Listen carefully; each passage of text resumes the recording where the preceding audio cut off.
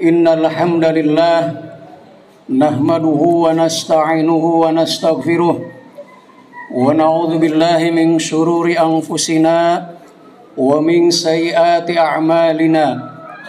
May yahdihillahu fala mudilla lahu wa may yudlil fala hadiya lahu. Asyhadu an la ilaha illallah wahdahu la syarika lahu wa asyhadu anna Muhammadan abduhu wa rasuluh la nabiyya ba'dah. Allahumma shalli ala sayyidina Muhammadin wa ala alihi wa sahbihi wa mawalah.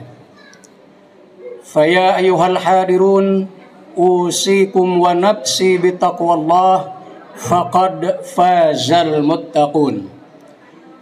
A'udzu billahi minasyaitonir rajim. Bismillahirrahmanirrahim.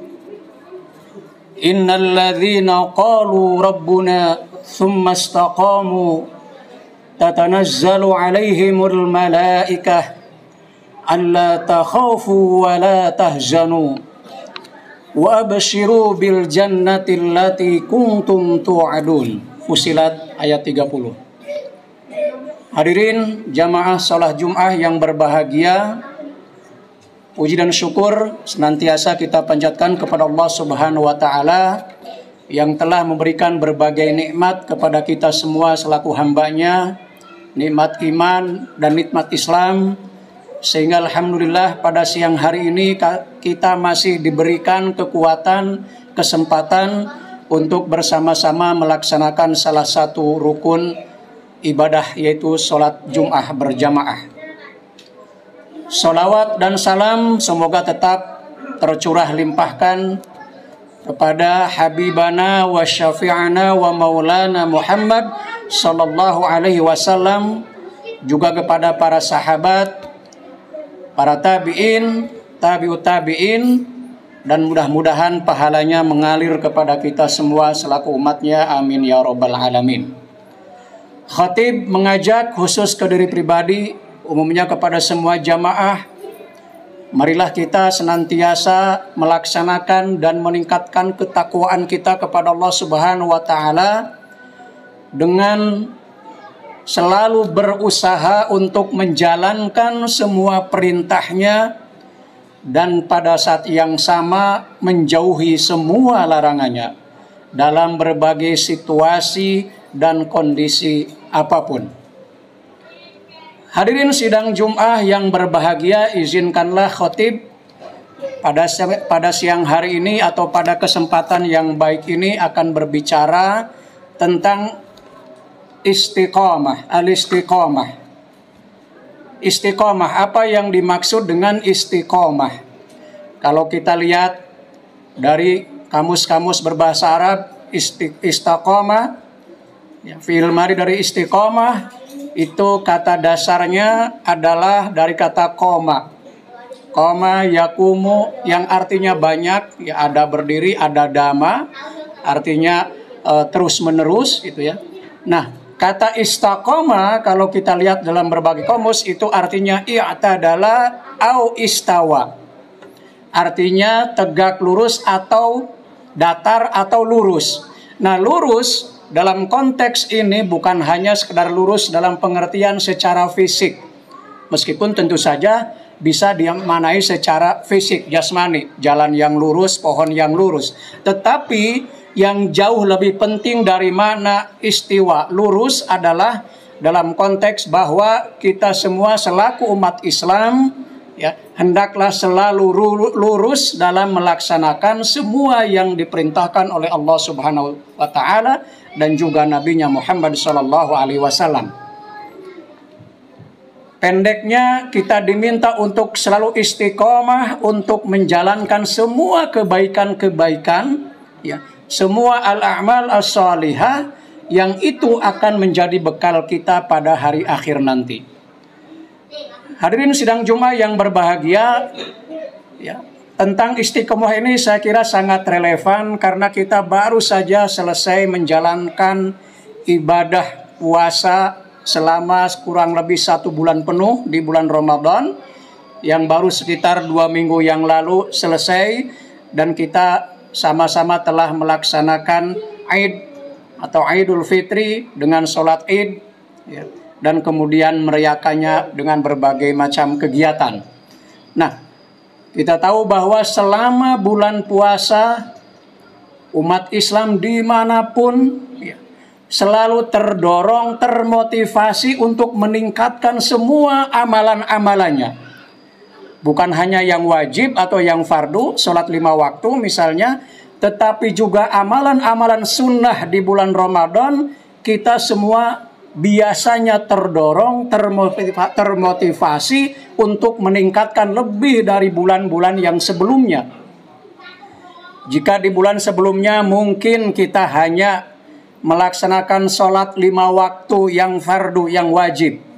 Tetapi di bulan Ramadan, ya, kita terbiasa atau termotivasi untuk melaksanakan juga sholat-sholat sunnah yang lainnya. Ya, sholat sunnah rawatib atau nafilah, atau sholat-sholat sunnah lain misalnya yang kita laksanakan di malam hari. Qiyamul lail, sholat tahajud, sholat hajat, tasbih, dan lain sebagainya. Dan kita terdukung oleh suasana, oleh situasi. Sholat malam misalnya, karena umumnya umat Islam berpuasa disunahkan untuk sahur, maka kita semua bangun untuk melaksanakan sahur. Karena melaksanakan sahur, maka kita juga terbiasa untuk bukan hanya sekedar sholat, bukan hanya sekedar sahur, makan sahur, tetapi juga melaksanakan ibadah-ibadah yang lain. Misalnya sholat sunnah tahajud.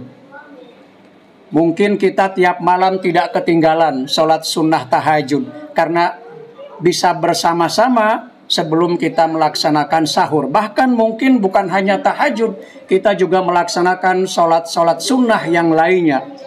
Ya. Kita terdukung oleh suasana seperti itu. Di samping tentu juga dengan tawaran-tawaran atau amalan yang ditawarkan kepada kita dengan berlipat-lipat pahala kalau kita melaksanakan di bulan Ramadan. Sehingga kita sangat konsisten, sangat terdorong, termotivasi untuk melaksanakan berbagai kegiatan yang mengandung kebaikan-kebaikan atau al-a'mal as-sholihah di bulan Ramadan. Hadirin sidang Jum'ah yang berbahagia, tetapi tentu saja bulan yang kita alami selama 1 tahun itu justru jauh lebih banyak bulan yang di luar bulan Ramadan. Kalau Ramadan kita hanya diberikan waktu hanya 1 bulan. Kadang genap 30 hari, kadang 29 hari seperti yang baru saja kita selesai melaksanakannya. Sisanya 11 bulan adalah bulan yang bukan Ramadan. Ini artinya apa?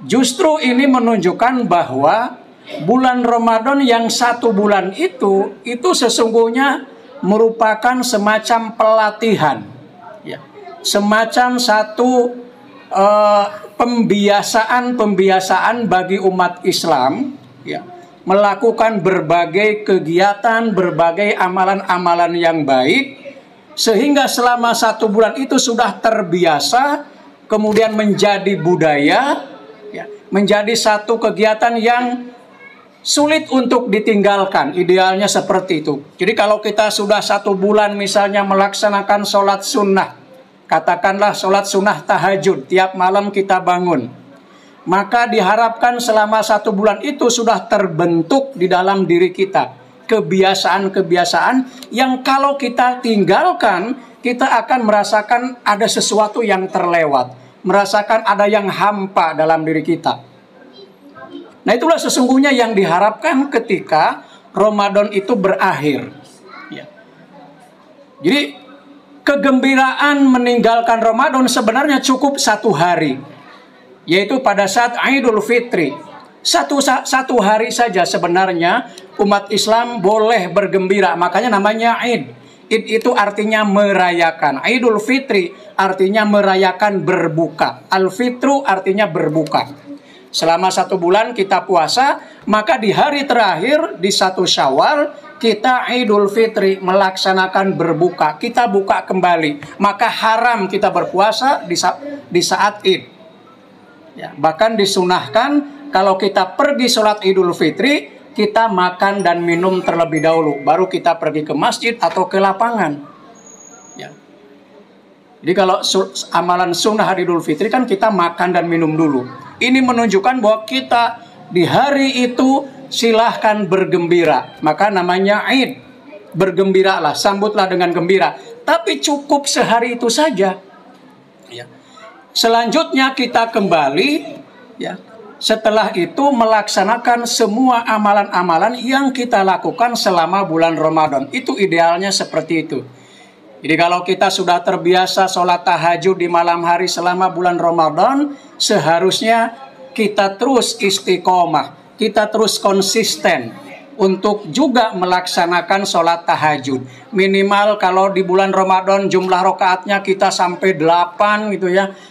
Setelah Ramadan minimal 2 rokaat, ya 4 rokaat. Kalau itu bisa konsisten kita lakukan, itu artinya pembiasaan atau pelatihan selama bulan Ramadan itu berhasil. Ya. Dan kita layak menjadi orang-orang yang an-najihun, yang orang-orang yang berhasil dari puasa itu. Ya. Dan itulah sesungguhnya yang diharapkan dari ibadah puasa. Jadi diharapkan kita terus konsisten istiqomah untuk melaksanakan berbagai amalan-amalan baiknya, amalan-amalan sunnahnya yang setelah bulan Ramadan. Mungkin puasanya kita bisa melaksanakan puasa sitan minas Syawal. Ya. Jadi barang siapa yang berpuasa bulan Ramadan lalu ya, tsumma atbahu sitan minas Syawal kana kasaumid dahri, seperti puasa 1 tahun.